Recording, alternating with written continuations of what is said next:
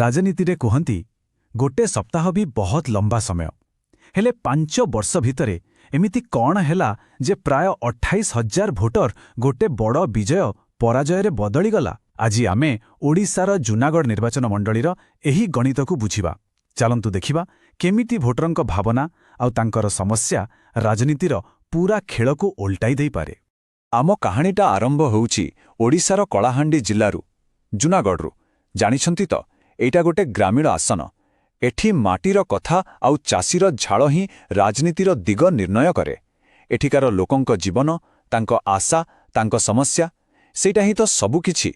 ସେଇମାନେ ହିଁ ତ ନିଷ୍ପତ୍ତି ନିଅନ୍ତି କିଏ ଶାସନ କରିବ। ଆଉ ଗୋଟେ କଥା, ଏଠିକାର ଭୋଟର ନା ସବୁବେଳେ ନିଜ ମତ ରଖିବାକୁ ଆଗେଇ ଆସନ୍ତି, ଯାହା ଆଗକୁ ଆମେ ଫଳାଫଳରେ ସ୍ପଷ୍ଟ ଦେଖିବା। ଆଚ୍ଛା, ଏବେ ଆସିବା ସେଇ ମୂଳ ପ୍ରଶ୍ନ ଉପରକୁ ଯାହା ସମସ୍ତଙ୍କୁ ଚକିତ କରିଛି। 5 ବର୍ଷରେ 28,000 ଭୋଟର ଏକ ବଡ଼ ଜିତ୍ କେମିତି କେବଳ ଶୂନ୍ୟ ହେଲାନି, ବରଂ ଗୋଟେ ହାରରେ ବଦଳିଗଲା? କେମିତି 2019ର ସେହି ବିରାଟ ବିଜୟ 2024ରେ ଗୋଟେ ଛୋଟ ପରାଜୟରେ କାହିଁକି ପରିଣତ ହେଲା? ନା, ଏଇଟା କିଛି ସାଧାରଣ କଥା ନୁହେଁ। ତେବେ ଚାଲନ୍ତୁ ତଥ୍ୟ ଭିତରକୁ ଯାଇ ଏହି ରାଜନୈତିକ ରହସ୍ୟର ପର୍ଦ୍ଦାଫାଶ କରିବା। ପ୍ରଥମେ ଚାଲନ୍ତୁ ସିଧା ସଂଖ୍ୟା ଉପରକୁ ନଜର ପକେଇବା, କାରଣ ସଂଖ୍ୟା କେବେ ମିଛ କୁହେ ନାହିଁ। ଏହି ପରିବର୍ତ୍ତନ କେତେ ବଡ଼ ଥିଲା ତାହା ଦେଖିଲେ ହିଁ ଆମେ ବୁଝିପାରିବା ଯେ ଭୋଟରଙ୍କ ମନ କେତେ ଜଲ୍ଦି ବଦଳିପାରେ। ଏବେ ଦେଖନ୍ତୁ ଦୁଇଟି ନିର୍ବାଚନର କାହାଣୀ। 2019 ବିଜେଡି ପାଇଁ ଗୋଟେ ବଡ଼ ଜିତ୍, ପାଖାପାଖି 27,859 ଭୋଟର ବ୍ୟବଧାନ। କିନ୍ତୁ ମାତ୍ର 5 ବର୍ଷ ପରେ 2024ରେ ପୂରା ଖେଳ ଓଲଟିଗଲା। ବିଜେପି ଜିତିଲା ମାତ୍ର 1,338 ଭୋଟରେ। ତେବେ ହିସାବ କରନ୍ତୁ, ପାଖାପାଖି 19,000 ଭୋଟର ପରିବର୍ତ୍ତନ। ଆପଣ କ'ଣ କହିବେ ଏହାକୁ? ଏଟା କେବଳ ଧକ୍କା ନୁହେଁ, ସତ୍ କହିବାକୁ ଗଲେ ଏହା ଏକ ରାଜନୈତିକ ଭୂକମ୍ପ। ଆଉ ଏମିତି ଭାବିବେନି ଯେ ଲୋକମାନେ ଘରେ ବସି ରହିଲେ। ନା, ବିଲକୁଲ ନୁହେଁ। 2019ରେ ମତଦାନ ହାର ଥିଲା 78.55%। ଏତେ ଅଧିକ। ଏଥିରୁ କ'ଣ ଜଣାପଡ଼ୁଛି? ଏଥିରୁ ସ୍ପଷ୍ଟ ଯେ ଜୁନାଗଡ଼ର ଭୋଟର ପୂରାପୂରି ସଚେତନ ଆଉ ସକ୍ରିୟ। ଏତେ ସଂଖ୍ୟାରେ ଲୋକେ ଭୋଟ ଦେବା ଅର୍ଥ ସେମାନେ ସବୁକିଛି ଦେଖୁଥିଲେ, ସବୁକିଛି ବୁଝୁଥିଲେ, ଆଉ ଏ ଯେଉଁ ଫଳାଫଳ ଆସିଲା ସେଇଟା ତାଙ୍କର ଏକ ଭାବିଚିନ୍ତି ନିଆଯାଇଥିବା ନିଷ୍ପତ୍ତି ଥିଲା। ଠିକ୍ ଅଛି, ତେବେ ଚାଲନ୍ତୁ ଏହି ଜନଦେଶର ଗଭୀରକୁ ଯିବା, ତାର ପୋଷ୍ଟମର୍ଟମ କରିବା, ତଥ୍ୟ ଭିତରେ ସେହି କାରଣଗୁଡ଼ିକ ଖୋଜିବା ଯାହା ଏହି ଝଡ଼ ସୃଷ୍ଟି କଲା। ମନେ ରଖିବେ, ରାଜନୀତିରେ କୌଣସି ପରିବର୍ତ୍ତନ କେବେ ବି ରାତାରାତି ହୁଏନି। ଏହା ପଛରେ ନା ବର୍ଷ ବର୍ଷର କାହାଣୀ ଲୁଚି ରହିଥାଏ।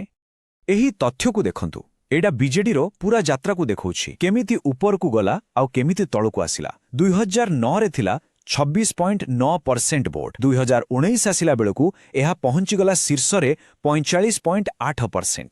କିନ୍ତୁ 2024ରେ ଗୋଟେ ବଡ଼ ପରିବର୍ତ୍ତନ। ଭୋଟ ଖସି ଆସିଲା 38.6%କୁ। ଆଉ ସେହି ସମୟରେ ବିଜେପି ନିଜ ସ୍ଥିତିକୁ ମଜବୁତ କରି ପାଖାପାଖି ସମାନ ସ୍ତରକୁ ଆସିଗଲା। ଏଇଟା ଗୋଟେ ସ୍ପଷ୍ଟ ସଂକେତ ଥିଲା ଯେ ପବନର ଦିଗ ବଦଳିବା ଆରମ୍ଭ ହୋଇଯାଇଛି।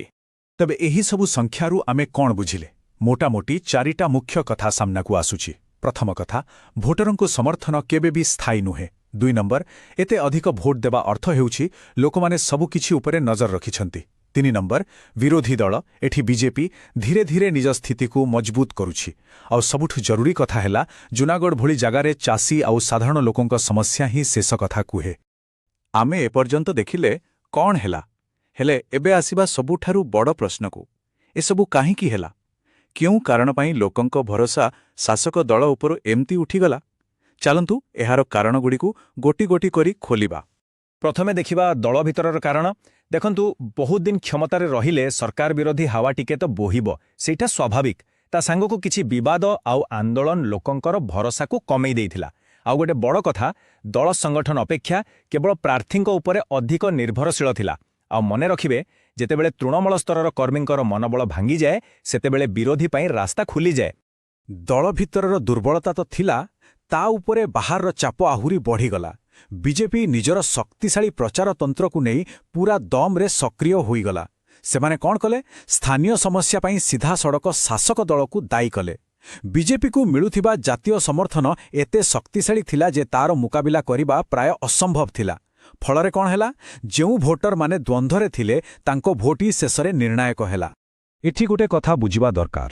ଶାସନର ମୂଳ ଦୁଆ ହେଉଛି ଲୋକଙ୍କର ସମ୍ମାନ। ଯେତେବେଳେ ପିଇବା ପାଣି ଭଳି ମୌଳିକ ଆବଶ୍ୟକତା ପୂରଣ ହୁଏ ନାହିଁ ସେତେବେଳେ ଲୋକଙ୍କର ସେହି ସମ୍ମାନରେ ଆଘାତ ଲାଗେ। ଆମ ସମ୍ବିଧାନ ପ୍ରତ୍ୟେକ ନାଗରିକକୁ ସମ୍ମାନର ସହିତ ବଞ୍ଚିବାର ଅଧିକାର ଦେଇଛି। ଯେତେବେଳେ ଲୋକେ ଏଥିରୁ ବଞ୍ଚିତ ହୁଅନ୍ତି ସେତେବେଳେ ସେମାନେ ନିଜ ସ୍ୱର ଉଠାଇବାକୁ ବାଧ୍ୟ ହୁଅନ୍ତି। ତେବେ ଭୋଟରଙ୍କ ଏହି ରାଗ ପଛର ମୂଳ କାରଣ କ'ଣ ଥିଲା? ସିଧା କଥା ହେଲା ମୌଳିକ ଆବଶ୍ୟକତାର ସଙ୍କଟ। କାରଣ ରାଜନୀତି କ'ଣ କେବଳ ବଡ଼ ବଡ଼ ପ୍ରତିଶ୍ରୁତି?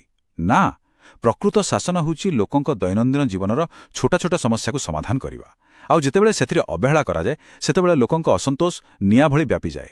ଭୋଟରଙ୍କର ସବୁଠୁ ବଡ଼ ଅଭିଯୋଗ କ'ଣ ଥିଲା? ଦେଖନ୍ତୁ, ତିନିଟା ମୁଖ୍ୟ ସମସ୍ୟା। ସବୁଠୁ ଗମ୍ଭୀର ଥିଲା ନିରାପଦ ପିଇବା ପାଣିର ଅଭାବ। ଅନେକ ଜାଗାରେ ପାଣିରେ ଫ୍ଲୋରାଇଡ୍, ନାଇଟ୍ରେଟ୍ ଭଳି ବିଷାକ୍ତ ଜିନିଷ ମିଶୁଥିଲା। 2 ନମ୍ବରରେ ଥିଲା ଚାଷୀଙ୍କର ସମସ୍ୟା।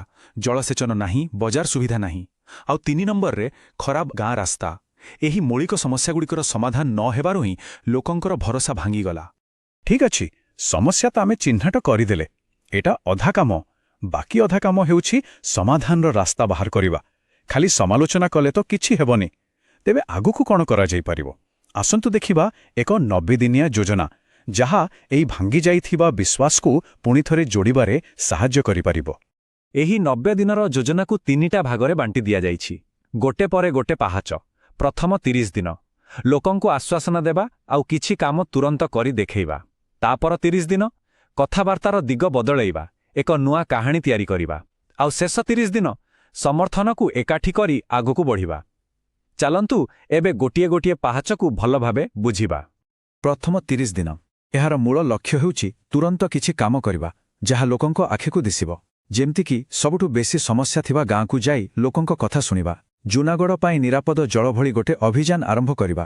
ଲୋକଙ୍କୁ ସାହାଯ୍ୟ କରି ତା ବିଷୟରେ ଠିକ୍ ଭାବେ ଜଣାଇବା। ଆଉ ହଁ, ଦଳୀୟ କର୍ମୀଙ୍କୁ ପୁଣିଥରେ କାମରେ ଲଗେଇବା। ଏସବୁ କଲେ ଗୋଟେ ସ୍ପଷ୍ଟ ସଙ୍କେତ ଯିବ ଯେ ହଁ, ପରିବର୍ତ୍ତନ ଆରମ୍ଭ ହୋଇଯାଇଛି। ତାପରେ ଆସିଲା ଦ୍ୱିତୀୟ ପର୍ଯ୍ୟାୟ, 31ରୁ 60 ଦିନ। ଏବେ କାହାଣୀକୁ ବଦଳାଇବାର ସମୟ। ଆଉ ଅତୀତର ଭୁଲ ନୁହେଁ, ବରଂ ଭବିଷ୍ୟତର ସମାଧାନ ବିଷୟରେ କଥା ହେବା। ଘରକୁ ଘର ଯାଇ ଯେଉଁ କାମ ସବୁ ସରିଛି ତା ବିଷୟରେ ଲୋକଙ୍କୁ କହିବା। ଯୁବକମାନଙ୍କ ପାଇଁ ଏକ ନୂଆ ଭିଜନ ଦେଖାଇବା। ଆଉ ଗୁରୁତ୍ୱପୂର୍ଣ୍ଣ କଥା ହେଲା ତଥ୍ୟ ଆଧାରରେ ବିରୋଧୀଙ୍କର ମିଛ ପ୍ରଚାରର ଜବାବ ଦେବା। ଆଉ ଶେଷ 30 ଦିନ। ଏହି ସମୟରେ ଏ ଯେଉଁ ଗତି ତିଆରି ହୋଇଛି ତାକୁ ଆହୁରି ବଢ଼ାଇବାକୁ ପଡ଼ିବ। ଯେଉଁ ଗାଁଗୁଡ଼ିକରେ ଭୋଟ ଏପଟ ସେପଟ ହୋଇପାରେ ସେଠି ଅଧିକ ଧ୍ୟାନ ଦେବା। ମହିଳା ଆଉ ଯୁବକମାନଙ୍କ ସହ ବିଶେଷ ବୈଠକ କରି ବିଶ୍ୱାସ ଫେରେଇ ଆଣିବା। ଗାଁର ମୁରବୀ ଓ ସମ୍ମାନୀୟ ଲୋକଙ୍କ ସମର୍ଥନ ନେବା। ଆଉ ନିଜର ମୂଳ ସମର୍ଥକମାନଙ୍କୁ ଏକ ନୂଆ ପ୍ରତିଶ୍ରୁତିର ବାର୍ତ୍ତା ଦେଇ ପୁଣିଥରେ ଏକାଠି କରିବା। ଆଉ ଆଜିକାଲିର ଯୁଗରେ ଡିଜିଟାଲ ମାଧ୍ୟମକୁ ତ ଛାଡ଼ି ହେବନି। ସ୍ଥାନୀୟ ହ୍ୱାଟ୍ସଆପ୍ ଗ୍ରୁପ୍ ହୋ କିମ୍ବା ଇନଷ୍ଟାଗ୍ରାମ ରିଲ୍ସ, ଏସବୁ ବ୍ୟବହାର କରି ଲୋକଙ୍କ ପାଖରେ ଶୀଘ୍ର ପହଞ୍ଚି ହେବ। କିନ୍ତୁ ମନେ ରଖିବାକୁ ହେବ, ଏସବୁ ଦାୟିତ୍ୱର ସହ କରାଯିବା ଦରକାର। ଭାରତର ତଥ୍ୟ ସୁରକ୍ଷା ନିୟମ ସ୍ପଷ୍ଟ କୁହେ ଯେ ଲୋକଙ୍କ ସହମତି ବିନା ତାଙ୍କ ସହ ଯୋଗାଯୋଗ କରିବା ଠିକ୍ ନୁହଁ। କାରଣ କଥା କହିବାର ସ୍ୱାଧୀନତା ସହିତ ଦାୟିତ୍ୱ ମଧ୍ୟ ଆସେ। ତେବେ ଶେଷରେ ଗୋଟେ କଥା ବୁଝିବାକୁ ହେବ, ଏହି ପୂରା ବିଶ୍ଳେଷଣ କେବଳ ଗୋଟିଏ ନିର୍ବାଚନର ହାରଜିତ୍ କାହାଣୀ ନୁହେଁ। ନା, ଏହା ଶାସନ ବିଷୟରେ ଏକ ଗମ୍ଭୀର ଶିକ୍ଷା। ଦେଖନ୍ତୁ, ନିର୍ବାଚନ ତ କେବଳ ଶାସନ ପାଇଁ ଗୋଟେ ରାସ୍ତା ମାତ୍ର। ପ୍ରକୃତ ଶାସନ ହେଉଛି ଏକ ନିରନ୍ତର ଯାତ୍ରା। ଯଦି ଏହି ପୂରା ଆଲୋଚନାର ସାରାଂଶ ଗୋଟିଏ ବାକ୍ୟରେ କହିବା, ତେବେ ସେଇଟା ହେବ ଏଇଆ: ଜନାଦେଶ କାହାରି ବ୍ୟକ୍ତିଗତ ସମ୍ପତ୍ତି ନୁହେଁ। ଏହାକୁ ପ୍ରତିଦିନ, ପ୍ରତିଟି ଦିନ ସେବା, କାମ ଆଉ ବିଶ୍ୱାସ ଦ୍ୱାରା ଜିତିବାକୁ ପଡ଼େ। ଲୋକଙ୍କ ଭରସା ଗୋଟେ ପୁରସ୍କାର ଭଳି, ଯାହାକୁ ପ୍ରତି ମୁହୂର୍ତ୍ତରେ ଜିତିବାକୁ ହୁଏ। ଯିବା ପୂର୍ବରୁ ଗୋଟେ ପ୍ରଶ୍ନ ଛାଡ଼ି ଯାଉଛି। ଯଦି ତଥ୍ୟ ଆମକୁ ଏତେ ସ୍ପଷ୍ଟ ଭାବେ ଦେଖାଇ ପାରୁଛି ଯେ ଲୋକଙ୍କ ବିଶ୍ୱାସ କେମିତି ଭାଙ୍ଗେ, ତେବେ କ'ଣ ସେହି ତଥ୍ୟ ବିଶ୍ୱାସକୁ ସବୁଦିନ ପାଇଁ ବଜାୟ ରଖିବାର ଏକ ସ୍ଥାୟୀ ରାସ୍ତା ମଧ୍ୟ ଦେଖାଇପାରିବ? ଏହି ପ୍ରଶ୍ନଟି ତଥ୍ୟ, ଶାସନ ଆଉ ଲୋକଙ୍କ ଭରସା ଭିତରେ ଥିବା ସମ୍ପର୍କକୁ ନେଇ ଆମ ସମସ୍ତଙ୍କୁ ଆହୁରି ଗହୀର ଭାବେ ଚିନ୍ତା କରିବାକୁ ବାଧ୍ୟ କରେ।